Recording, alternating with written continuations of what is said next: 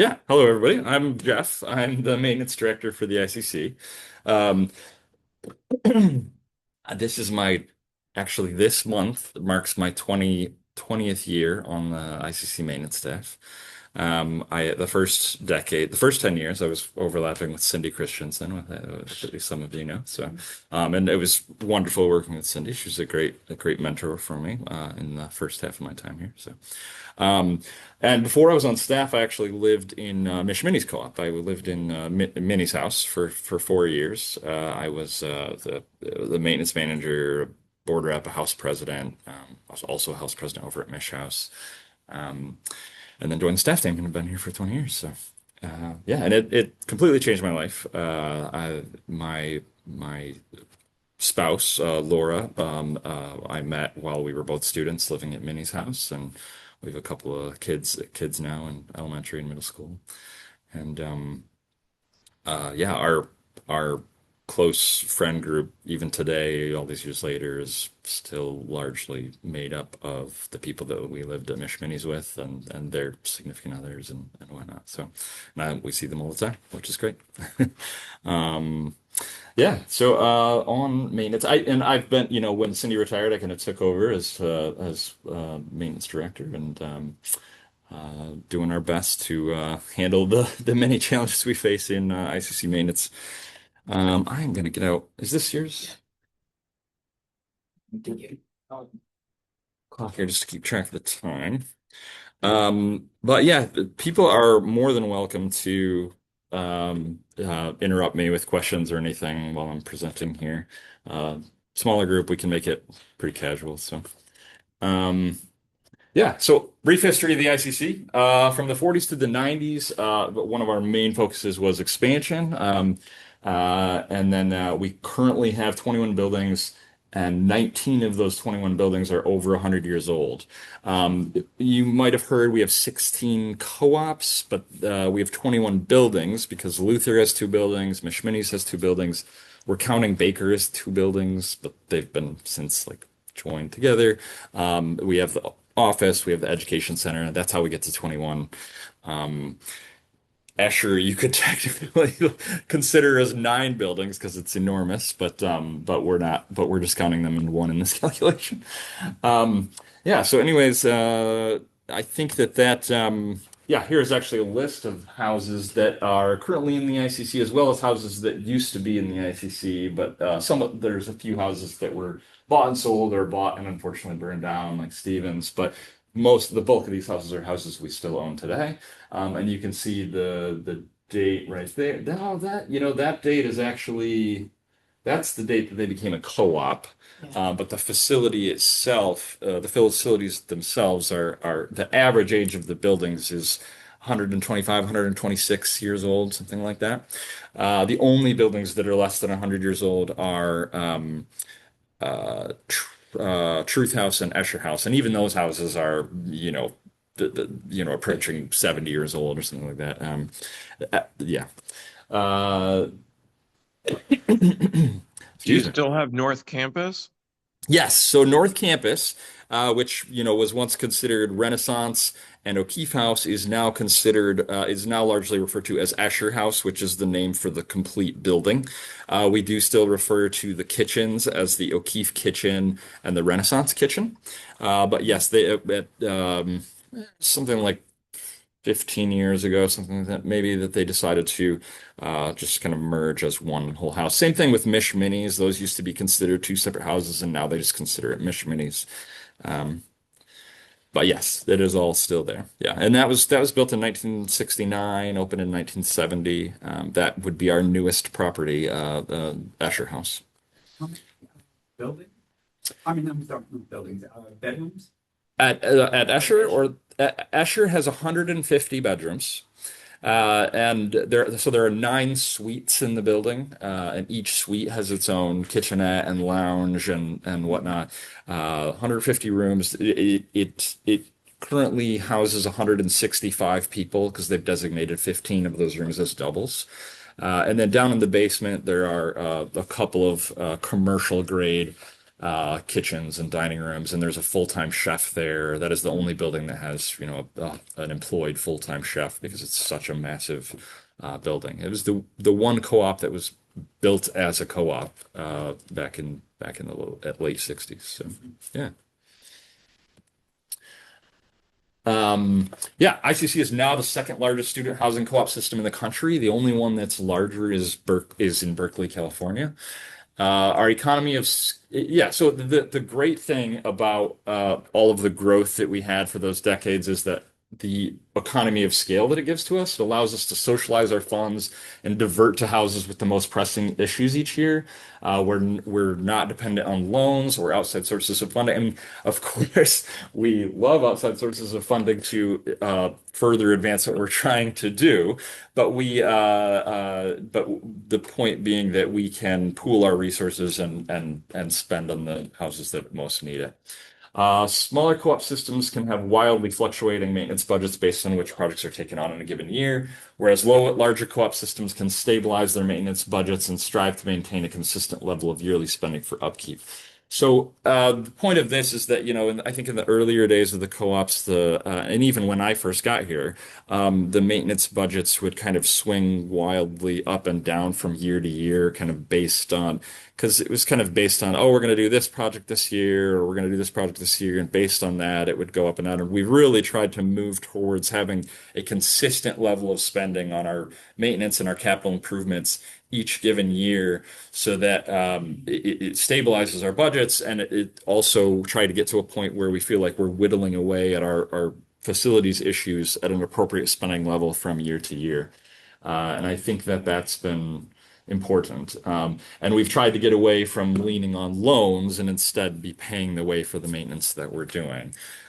Um, yeah, and so as I said before, I think the advantage of all of that expansion over those years was the economy of scale that we gained and the number of students that we can serve.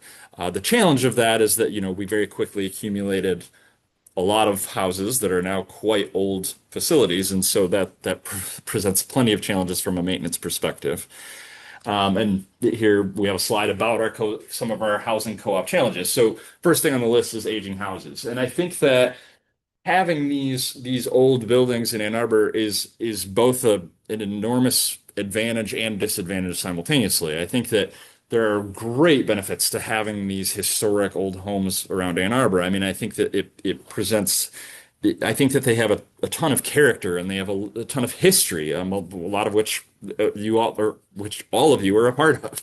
Um, and I think that's amazing. I mean, when I moved into Mish Minis, it blew me away that Mish House, started in the Great Depression back in 1932, and all of the generations that came before me and contributed to that co-op.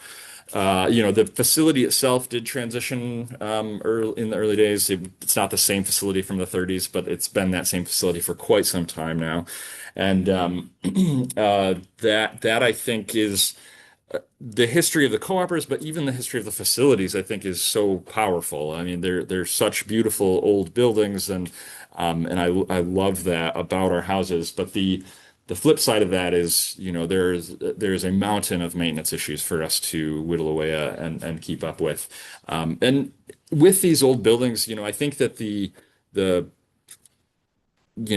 bones of these buildings are amazing. They built back in the day, they built these homes with foundations that were made out of giant field stones, and those field stones will be there forever. But then you can also look at the fact that, the mortar between those field stones has disintegrated away to sand. And so, we have to go in and change out all of that mortar. And same thing with, old braided cloth electrical wiring and aging roofs and aging mechanicals that we have to keep up with. So that is our challenge here. We also have to deal with heavy usage.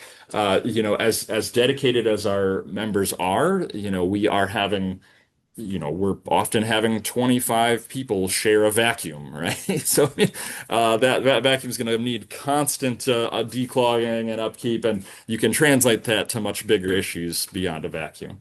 We have, just heavy usage of bathrooms, constant water going in the showers and faucets and getting everywhere, and that is the challenge of condensing the number of students into a co-op.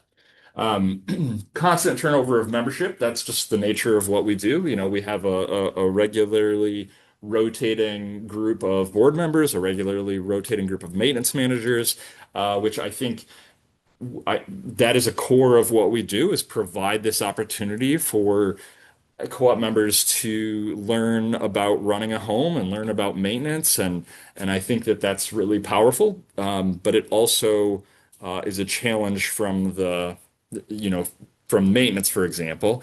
We put a lot of investment into training a maintenance manager, where they're really these days they're really starting from square one. We're teaching them how to change out the vacuum bags and change light bulbs, and the starting at the basics, and we're training them up as we can over the year. And then once we have them trained to the point where they're really productive, they're out the door and we have the next one in.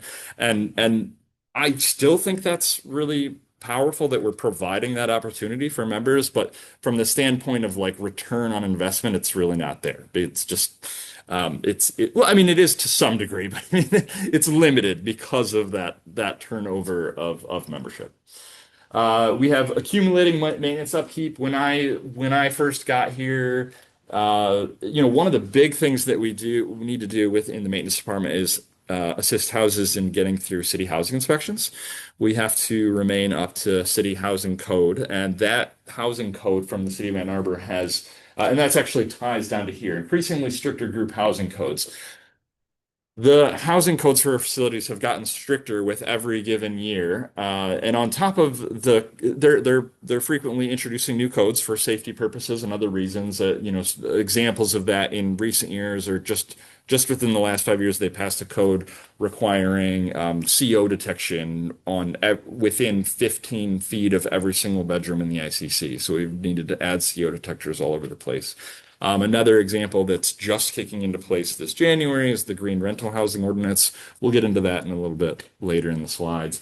And then on top of that, you can think about the fact that our buildings, because they're over 100 years old, a lot of the facilities are grandfathered in. So they're very far away from modern construction standards.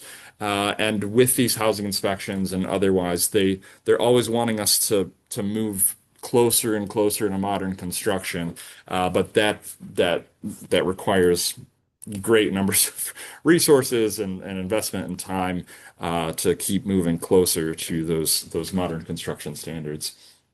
As far as accumulating maintenance upkeep, in the early days of when I got here, I know that as you might imagine, when there's a lot of benefits to being, a student-led organization, but as you might imagine, there was a long history of getting through housing inspections by doing things like there's a hole in the wall, so let's put a poster over it, or those sorts of things, which I understand. But from a long-term maintenance perspective, we needed to do a lot of work to catch up with that accumulating maintenance upkeep, because the more times you do that, the more of a backlog you get, and we really want to get away from that to where we're keeping up with the maintenance continuously. Societal shift toward outsourcing equals fewer skilled members. This is not a I don't mean this as a criticism by any means. It's a societal change. It's a generational change. I think in the early days of the co-ops, the 40s, 50s, whatever, co-opers were coming in and, putting in their own hardwood floors and things like that we wouldn't really dream of today. It's much different societally, generationally. Most of the maintenance managers that are coming in, like I said, we're teaching from square one, which is okay. But we've needed to adapt to that change. People don't grow up doing those things like they did back in the day. And then simultaneous to that, there's greater demands on student time than there was back in the day. I think it's difficult to their first priority, first and foremost, while they're here in Ann Arbor is their studies with the university, and I think that the demands on their time has increased pretty significantly, and we have to recognize that as well. I did talk about the increasing housing codes. The other thing is competitive student housing market, keeping up with the competitive student housing market. We have to compete with kind of both sides of the spectrum. We have to compete with the fact that Ann Arbor is an increasingly affluent town, and there's in every year there's more and more giant developments going in for really high-end housing. And it is difficult to keep up with those in terms of the amenities that they provide. And then on the other side, we have to keep up with kind of the more short-sighted landlords that buy up old homes and just sort of run them into the ground and charge like the minimum pricing because they're not really concerned about, they just want to use up that property for the time that they have it. And they're not really concerned with making sure that that co-op is around for another 100 years like we are. We want these co-ops to last for many more generations and keep building on that history. And so we have to compete with both sides of the spectrum there, which can be a challenge, but we're doing our best and plugging along. The next slide I have here is ways that we try to meet those challenges. These are some of the overarching strategies that we try to use, and then the next slide I'll go into kind of some of the detailed examples of how we try to accomplish this. But one of the things we do is we really try to set up for success.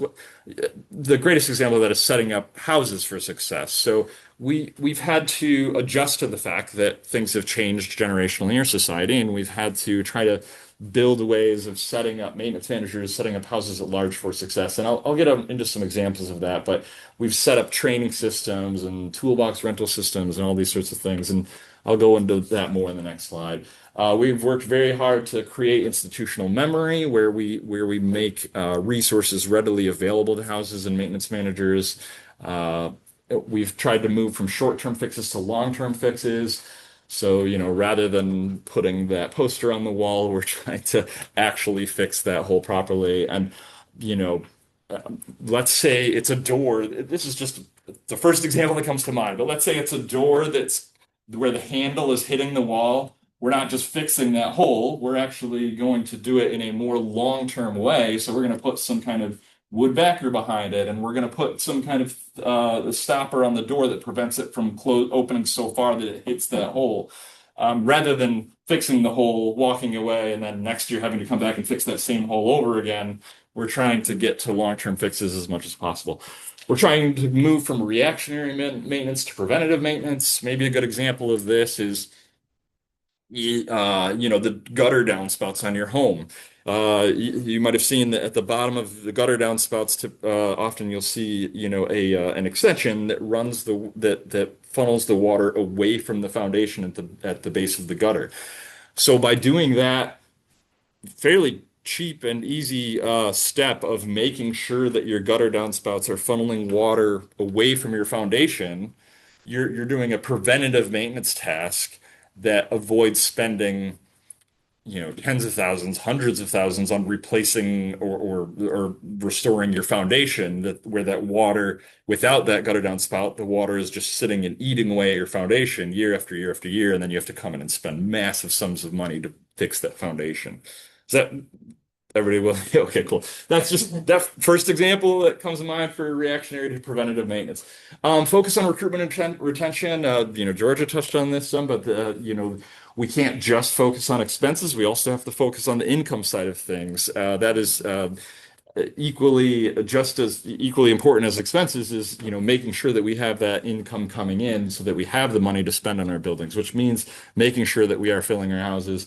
And generally in fall, winter, we are doing that. We are filling our houses. The biggest challenge is spring, summer when classes are out, and that is a huge challenge to keep our houses full during the spring, summer.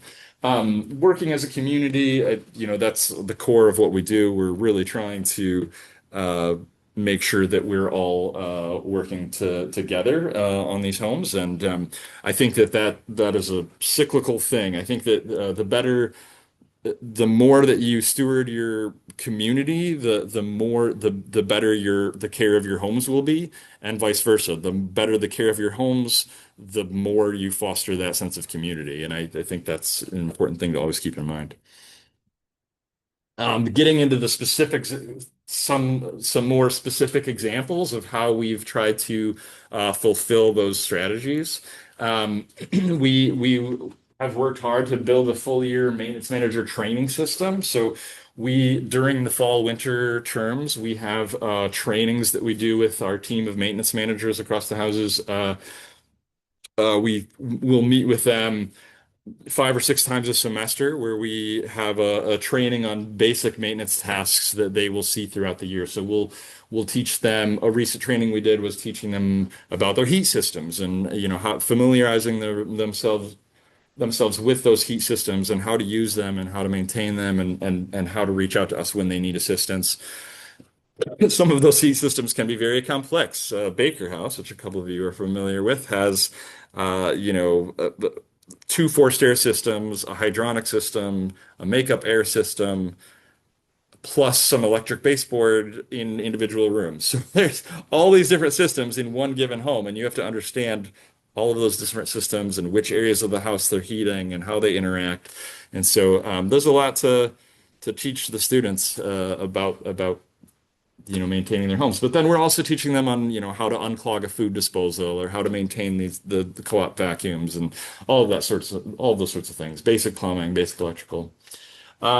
We built a toolbox checkout system because we found that most maintenance managers come in and they have very few of the tools that they really need to be able to maintain the home. So we have a whole system where we check out fully stocked toolboxes to maintenance managers at the beginning of each year, and at the end of the year, we take those back and restock or repair tools as we need to, and we keep that going. And I think that's been really successful. We've worked really hard at developing the ICC maintenance website and RFA system. Uh, I'm slightly inclined to pull it up, but I don't want to risk losing the PowerPoint.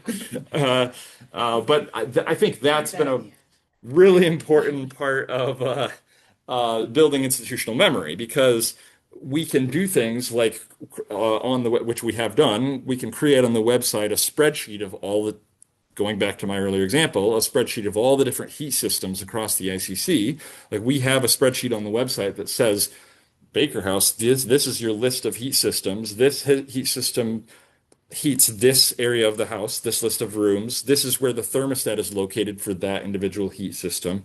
Um, we've gathered all of that information, organized it into documents on the website that our maintenance managers readily have access to, and the houses at large readily have access to. There's also information there about their fire panels and their water mains and there's all kinds of tutorials and that's also where you can go to fill out a maintenance request for assistance and things like that. Oh, Yeah. request for assistance. Yes. The RFA. Oh, sorry. Yeah. RFA means request for assistance, which is it's a maintenance request, but it's what it's emphasizing. That actually predates me. That's been around for a while, but the RFA terminology, but it's reinforcing the idea that co-opers are participating in fixing the problem. And maybe that even if they have no experience in fixing a washer or dryer, that's okay. It's just that we want them to participate in the sense of gathering the information you can about the problem and then working with us to find the solution. Um, Part of that participatory aspect of being in a co-op.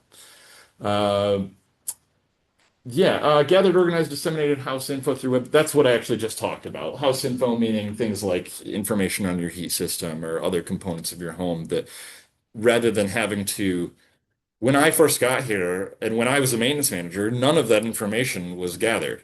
So I had to figure out, okay, what the heck is my heat system at Mish and what is my heat system in Minis and where are the controls and how should I maintain this thing? I mean, I had to discover all of that from nothing. And so I think it's helped immensely to have that information readily accessible to all of our maintenance managers. Um, Reinvigorated evolved work holiday systems. I think those were a very fairly strong tradition in the early days of the co-ops. They had dwindled a fair amount by the time I showed up in the around in the at the beginning of the 2000s, and we've really tried to reinvigorate those, and I think we've been pretty successful at that. Um, I think that's a really important part of. Do you all know? You all are familiar with work holidays, I assume. Great. I think that's a really important part of running a home is coming together that's a great example of community building in conjunction with taking care of your home. It's an opportunity for everybody to come together work all together on these projects that are, just happen once a semester to really reinvigorate the home. Doing that deep cleaning and decluttering, and maybe you're repainting a room and, doing the groundskeeping project and whatnot. And I think that can be a really strong thing for the co-op. We've really worked in recent years on building kitchen management systems. As you might imagine, most co-op members do not grow up running a commercial grade kitchen, so there's a lot of training to do there, and sometimes there can be a big gap between what your average college student thinks is clean and sanitary and what, the Department of EHS that monitors those things expects is sanitary. So we've tried to bridge that gap by building resources and trainings for kitchen management. We've really evolved the maintenance manager team more around training and resources and a little bit further away from the sort of policy and budget side of things. The policy and but most maintenance managers just were not really very engaged when it was more focused on policy and budgeting. And we've moved that kind of more to the board and subcommittees and refocused the maintenance manager team around training and resources and really getting them ready to work in their buildings. Evolving the facilities management committee toward a focus on more effective house operations and tangible goals. And we've worked really hard to develop the interim furniture crew and phased bedroom furniture initiative. Georgia worked with us this year with our furniture crew, which was amazing. And yeah, when I moved into minis back in the day, I moved into a room that had no furniture in it. It had trash all over the floor. It had big stains on the carpet. And we have really tried to. That's another system that maybe had dwindled, and we have really tried to turn that around. And I think we are in far better place now than back in the day. We have built systems where we have a full set of students or they're not necessarily students, co-op members that we hire to serve on our furniture crew throughout interim changeover, whatever you want to call it, to assist interim managers in making sure that all of our rooms are ready to go for move-in, because I think that's one of the most important things we do is that, making sure that the home is well presentable and inviting as people move into their houses. So when I was with Stevens, we had, and I think it was ICC wide, a checkout form. Yep. And if you either had the opportunity to rectify things that were Yep. deemed deficiency on the checkout form, or we bind you. Yes. We charge you for that. Did that stop happening? Yeah, so those systems are still in place. I think that the challenge that had, I came in at the beginning of the 2000s basically, and I can only directly speak to that point onwards. I do know that those systems worked very well at some point, but when I came into the co-ops, they were not working well. I think the main reason that were not working well at that time was because the burden placed on an interim manager was kind of beyond what was maybe beyond what was reasonable to expect of them, in the sense of they can do what you're talking about, where they could go through and check what's missing, what's damaged. But when I got here, and joined the staff team, it was immediately apparent to me that these are just random guesses, or not random. They're educated guesses. Probably a third of the furniture that was supposed to be there in the ICC was completely missing. At least a third of the furniture that should have been in all of the bedrooms across the ICC was not there. And then at least another third of that furniture that was there was in such terrible shape that it barely counted as providing that furniture. I mean, missing drawers, broken drawers,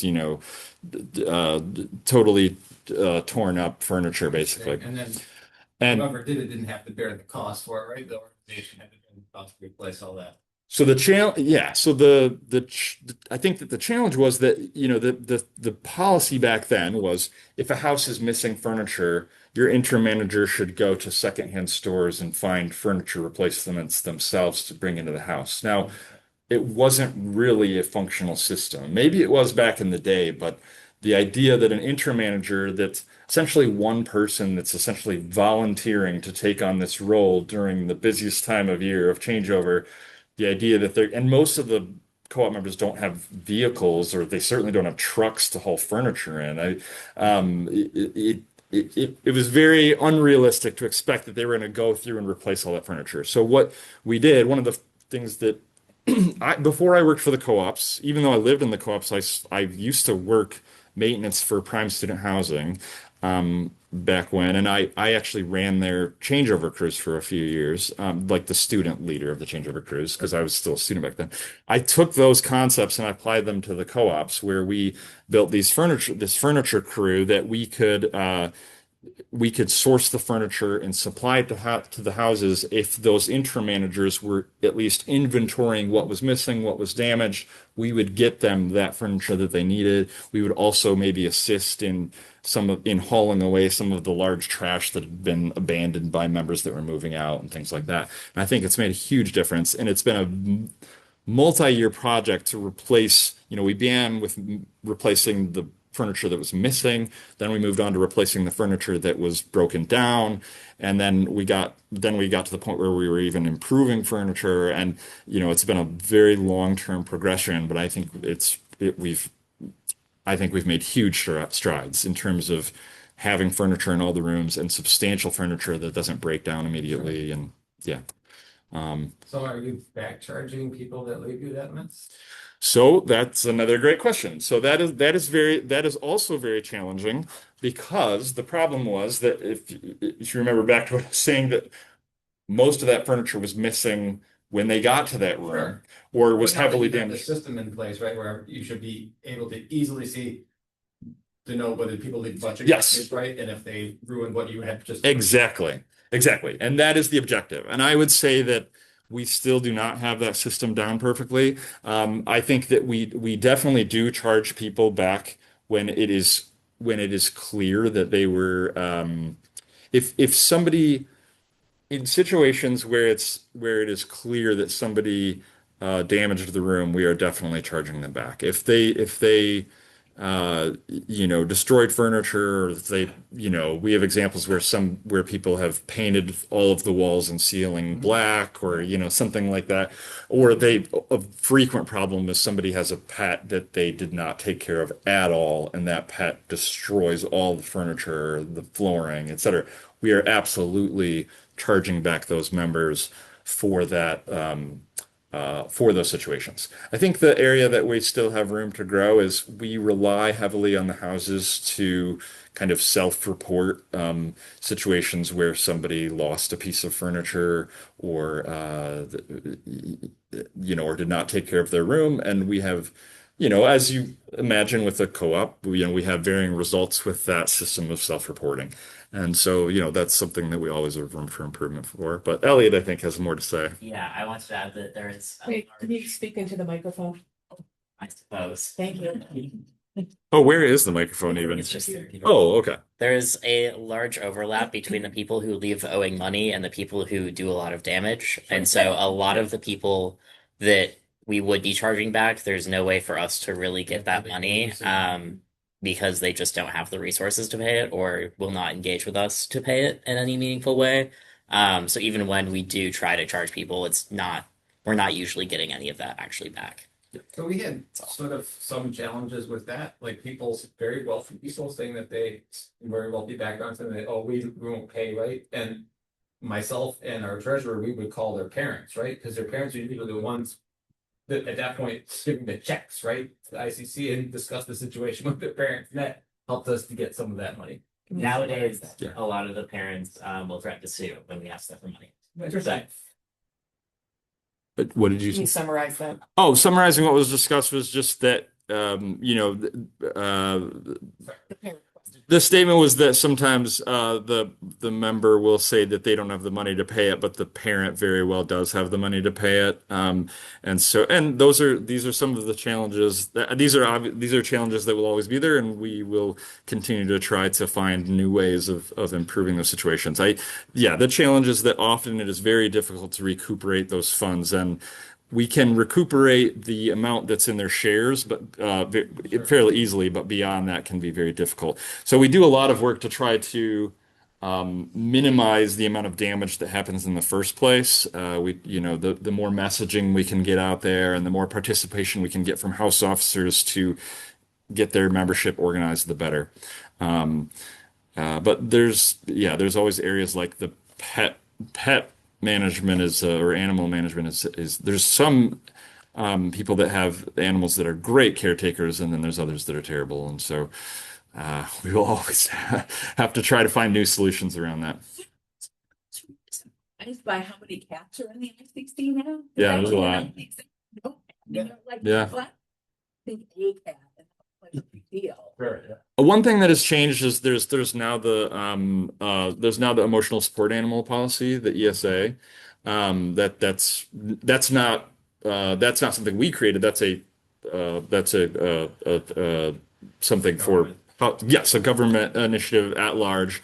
So there it's and I that's been great for people that need those ESAs, but it's a huge challenge from a maintenance perspective because it's much. I think one consequence is that it's increased the number of houses that have animals in them significantly, because it's a little bit more of a challenge to concentrate the animals into specific houses. Um, and it's also maybe harder to regulate the management of those animals. Yeah,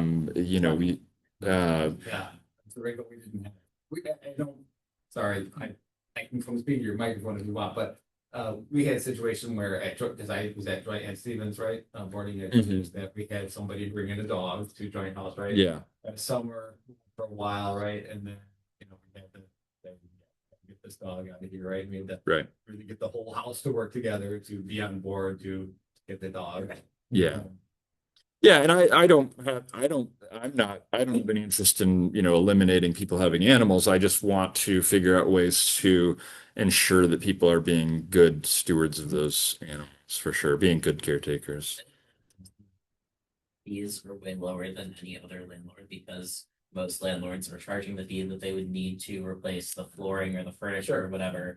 And we are not, because we're trying to remain affordable, which means that a lot of people with animals specifically will live in the ICC to not have to pay a $15 a month pet fee or whatever. So is It's that, 15. is the policy determined ICC wide or by house? Houses determine whether they are pet friendly or pet free, which ESAs can go anywhere between Sure, the yeah. government things. And then the pet fee itself is an ICC wide policy. Sure. That I think lives under OPSCOM. Okay, so the houses do have control whether they have pets or not, this Yeah. barring the ESA. And the houses have to vote, 85% of the house has to approve each individual pet. And there can only be up to 2 pets per 10 contracted spaces. Yeah. So house without an occupancy of 20 can have 2 pets. Or no, I think I said it wrong. It's 1 per 10. So yeah, house of 20 can have 2 pets if the house votes to allow those 2 pets. But most houses, people move in and be like, this is my cat that I've had since I was 5 years old. Please let me have it. People aren't going to say, no, you can't bring your child's pet or whatever. So I think it's we have a high bar. It's like 85% approval, but it passes nearly unanimously every time. Sure. We had a woman with a rat. Let's see if we can move forward a little bit. Yeah, I'm running way behind on time. Apologies for that, but it's great discussion. So, yeah. So next slide I have is, so the last slide was about revamping maintenance from the work we've done to revamp maintenance from the member side of things and the member contribution side of things.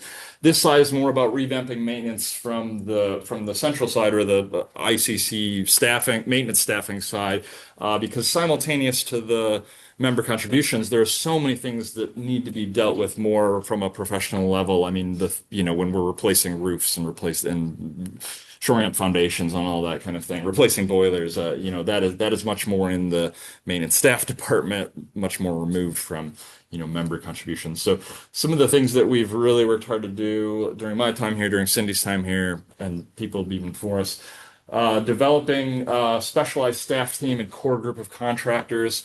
We currently have a team of four maintenance staff members, and then we have many contractors that we've really worked to build relationships with that know our houses, know our systems, that we can fully trust, and they're essentially an extension of that staff team. We've worked really hard to develop positive relationships with city officials. I talked about housing inspections. When I first got here, there were houses that were going on fourth or fifth re-inspections of their housing inspections. So they were getting dangerously close to the city, shutting down those buildings, and they were just sort of bleeding money in terms of all these fees with the city.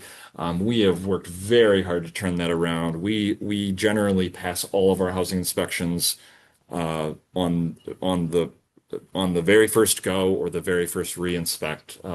Pretty much as a rule. I don't think we've gone beyond the first re-inspect in many, many years. So, um, yeah, which I mentioned in the next thing. Improving approach to housing inspections, kitchen inspections, and building inspections. Talked a little bit about kitchen inspections. We've really built those. This actually does overlap, obviously, with member contribution, but we've really worked on building the resources and trainings and everything around kitchen sanitation because those happen every year at all of our commercial kitchens. Building maintenance department offices, supply rooms, workshops, and resources. We've really tried to make the maintenance department a more professional unit. We've worked to do things like a great example of this is one of the things I did in the first decade I was here was uh, spoke with Luther House and made an agreement with Luther House that they had two basements in Luther House, and those two basements were pretty in pretty rough shape. They were largely cellar basements that had just kind of um, the Luther 1520 had rooms that were just kind of slapped together to be living spaces, but they were in very rough shape. And the Luther 1510 basement was basically a cellar basement. What we said to them is, if you're willing to let maintenance department take over the basement of 1510 for our maintenance department, um, we will renovate both the 1510 basement and the 1520 basement. You will have a greatly improved 1520, and they got fully on board with this. I think it was a mutually beneficial thing where we fixed up the Luther 1520 basement with, bedrooms that would not be moldy, decrepit messes anymore, and a fully functional bathroom with a shower and all that in that basement. And then 1510, we took over for maintenance department because Luther didn't really need it. It was just basically a dungeon basement that some people worked out in. And so, like, we took over that 1510 basement and turned it all into a workshop and supply rooms and supply shelf systems. And I think that was a really important aspect of making our maintenance department a more professional entity where we could have that workspace and the supply shelf systems and all that rather than just kind of operating out of a truck or a van or something. And I have many other examples of that, but that's maybe one of the best examples of what I mean by that. Um, Developing numerous supplier accounts. We've really worked to figure out and developing numerous supply charts and directories. We've really worked to build systems where, we know what our vendor options are, and we know, what item when we're gonna replace a light fixture, we know kind of our preferred light fixture in a given space and where we're going to source it from. We know what washing machine we're going to purchase and where we're going to source it from. And in today's world, we're able to do things like we have all of these supply directories on Lowe's and Ferguson and all these other vendors where we have all of the items that we regularly purchase listed right there, and we know exactly what product we're going to. And I think that that's made us much more efficient because, we can have, if we have like some organization to the type of washing machine we get, we can stockpile the parts that we need for that washing machine. We know those machines inside and out. And rather than, the old days where it was just like each time you buy an appliance, it's different every time. And, every time you buy a light fixture, it's different. So you walk through the house and every single light fixture is different and different lumens and different color temperatures. And we've tried to create systems around all of that, which I think has been a great improvement for us. Initial and continuing charting and mapping of facilities, utilities, and equipment. I talked about that with, heat systems, but same thing with boilers and furnaces and all kinds of things that we really tried to get a handle on. Focusing organization on long-term upkeep and appropriate maintenance budgeting. That's been a really big thing that, to look at the long-term picture. That we're not just focusing, with the constant turnover of membership and the student leadership, it can be easy for co-ops, not just ours, but any co-op. It can be a student housing co-op. It can be easy to just be looking at the maintenance demands right in front of you, but you really need to be looking at what are all these things that are coming down the line, with all these roofs and boilers and everything else that are going to need to get changed out over time. And we really need to be budgeting appropriately and keeping up with that huge list of maintenance things. If you're not spending enough, you're going to end up underwater. If you're not continually keeping up with all of that. Continual development of capital improvement plans, that's more of what I was talking about. Long-term shift away from reactionary maintenance and duct tape repairs, which I also talked about. Yeah, the future of ICC housing. So the city has a large rezoning project to add more multifamily housing throughout the city.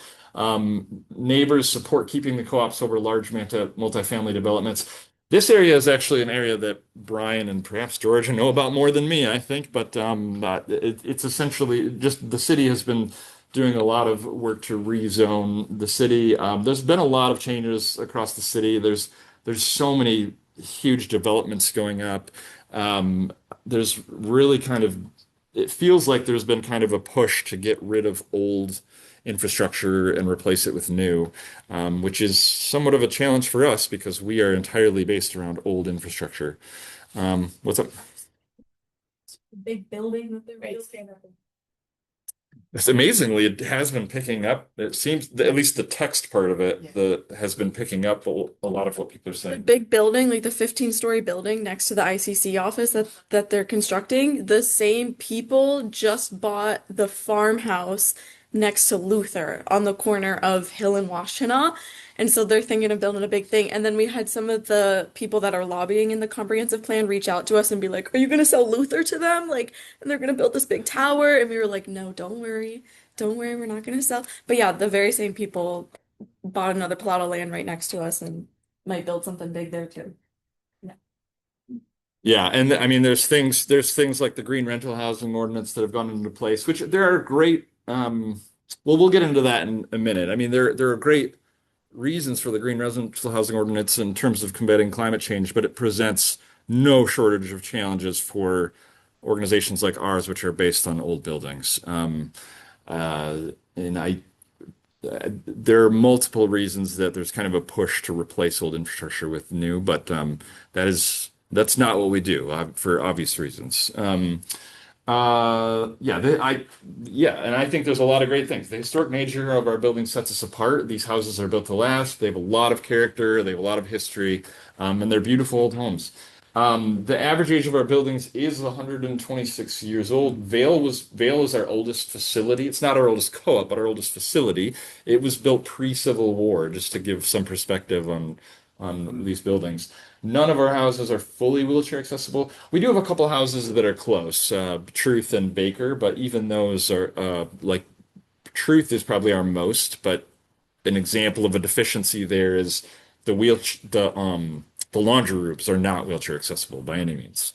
And how other buildings there are other buildings in our co-ops that are nowhere near wheelchair accessible, and that's another challenge of these historical buildings.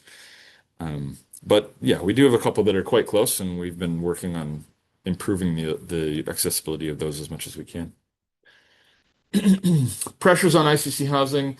Yeah, so this is talking about that green rental housing ordinance. So to comply, this green rental housing ordinance that recently passed goes into effect on January 6th, 2026. Now, to comply with this ordinance, all rental units in Ann Arbor must, by that date, comply with one of these two things. They either have to comply with getting a home energy rating system, home energy rating system assessment, also known as a HERS assessment, and receive a score of 110 or below.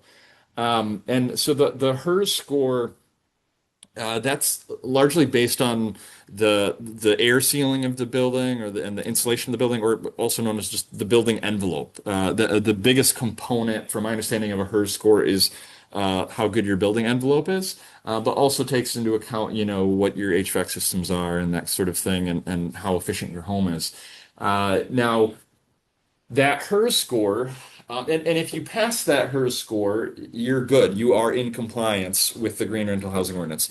The challenge that we have is that this HERS score for new construction is incredibly easy. New construction is pretty much going to automatically pass this HERS score because those are the standards to which modern construction happens. That you have to have that building envelope that's going to reach that score.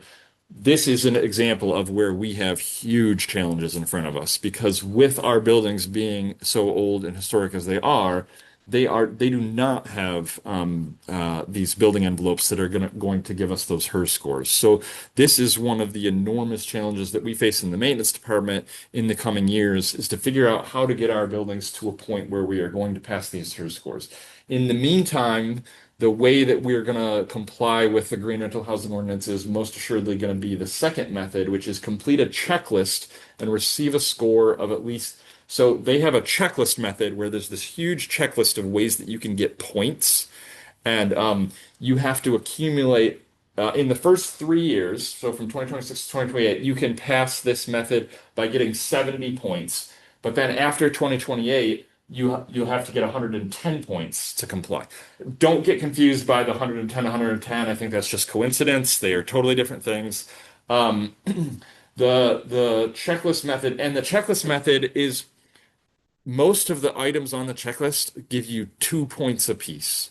So that means that you have to comply with 35 items. If they're 2 point items, you have to comply with 35 items to reach that 70. And then after 2028, you'll have to comply with 55 items to reach 110. Um, Now, we actually are in compliance with a lot of these checklist items. We're actually fairly close to complying with this checklist method. The burden of the checklist method is that you have to show verification paperwork for every checklist item that you comply with. And every checklist item, the checklist items are like some of them are really catered to us as a co-op. I mean, that you hold a reuse recycling event for all of your members, like where secondhand exchange or whatever, or you hold some kind of event showcasing sustainable gardening, or whatever, these sorts of things, which are all really great and we are really good at.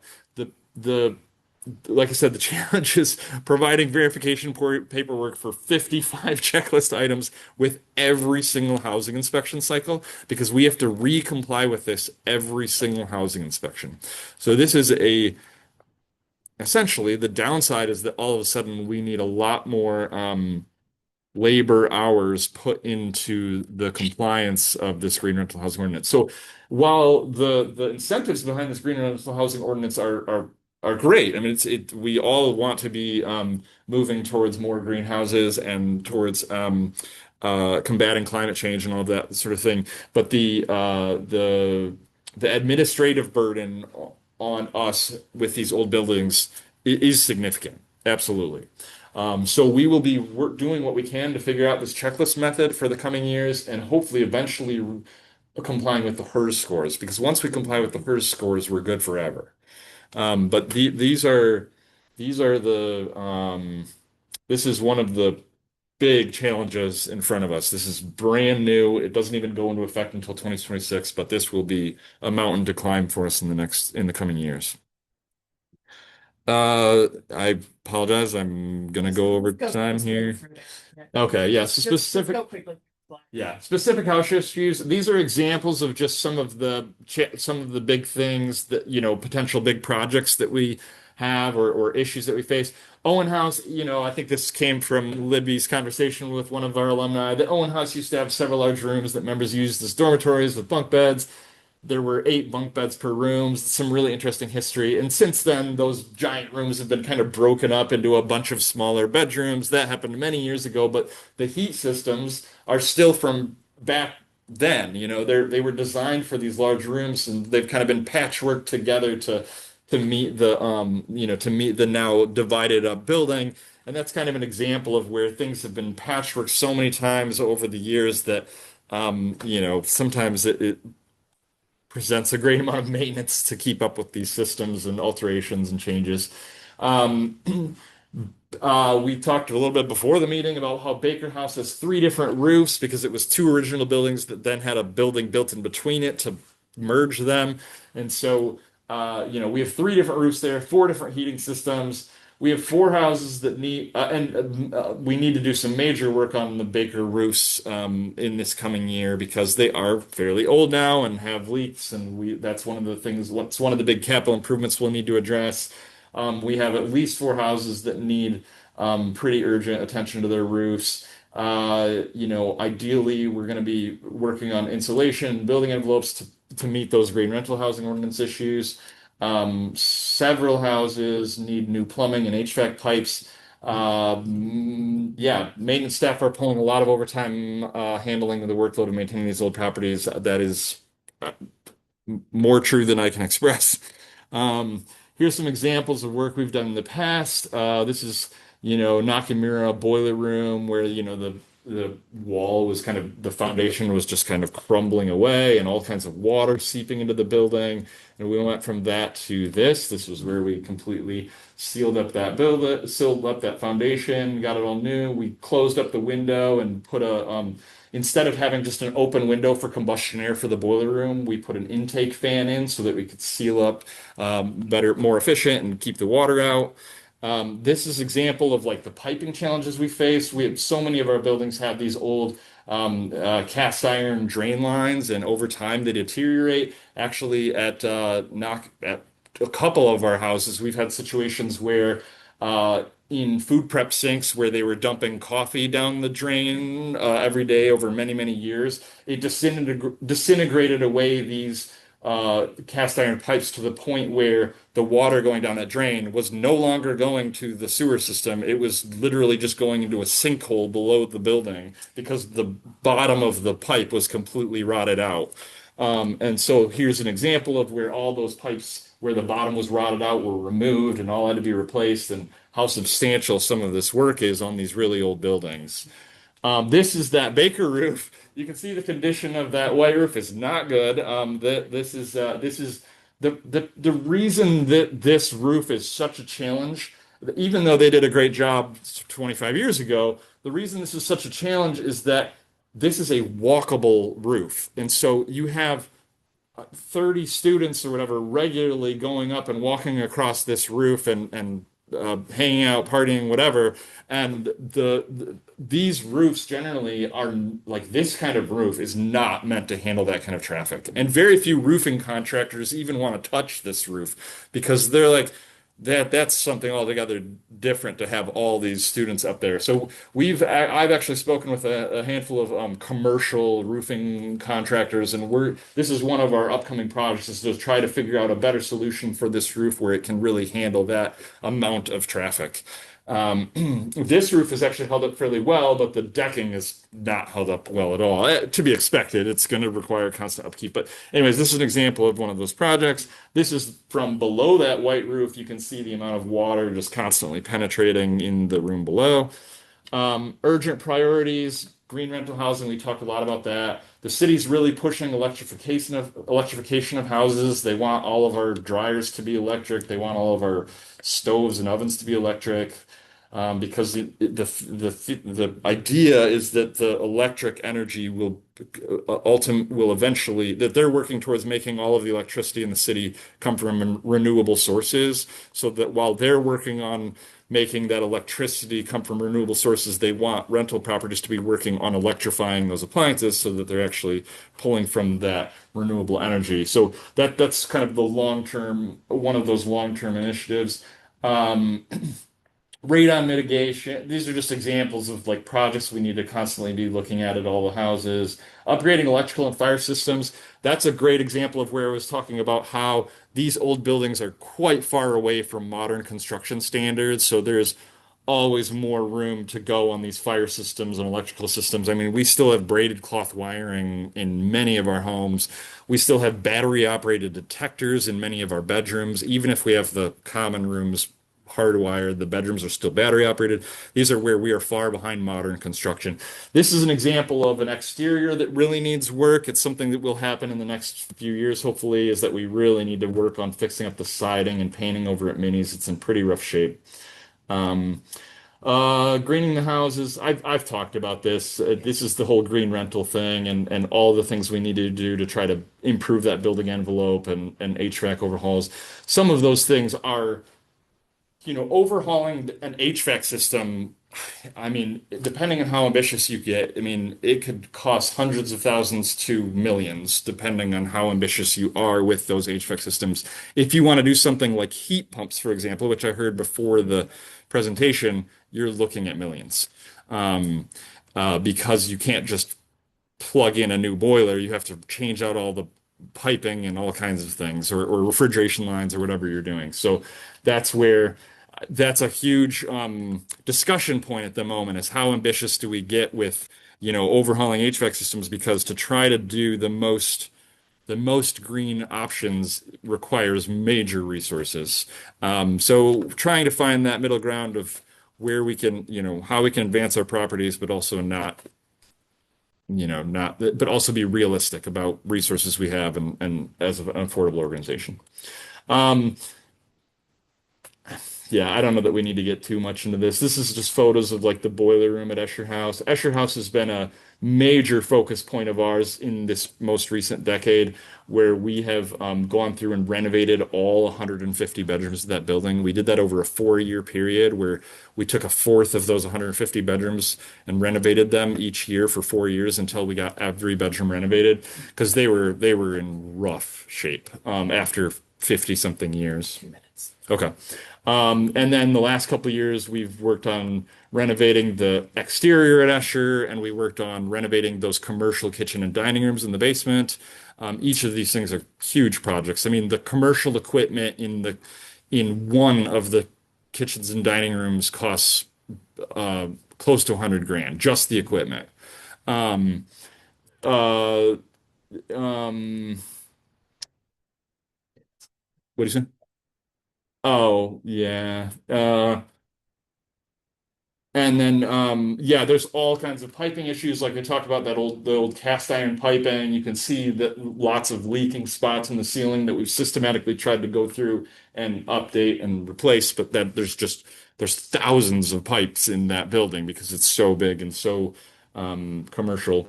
Um, it's just talking about how we have, I don't know, I mean, Libby helped put together some of this, but when I look at like what are the point here of the slide is that when I look at the projects for next year, for example, I can come up with I came up with a $1.8 million in projects that need to be in our radar. These are projects that potentially need to happen in the next given year based on which boilers fail, which roofs fail.